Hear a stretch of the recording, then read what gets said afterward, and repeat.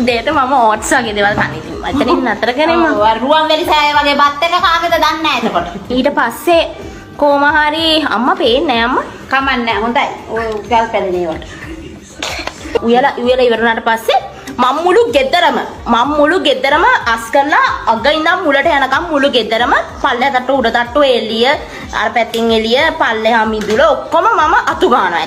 මම ඒකට මට හිතන්නේ මම සාමාන්‍යයෙන් පැය 3ක් 4ක් විතර ගන්නවා මම අතු ගන්න. අම්මා ඔය බලන්න ගන්න ඔබට අතු ගන්න කියන්න පැය 3ක් විතර යනවා.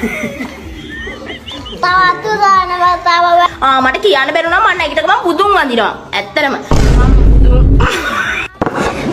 What?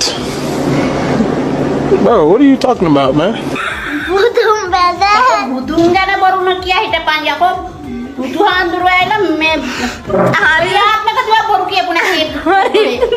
ඇත්තටම මේ සමහර දවස්වලදී මට මිස් වෙනවා. ඒ කියන්නේ ඩේරි මට එක් කරන්න බැරි වෙනවා. මොකද වැඩ වැඩිනේ උදේට මට.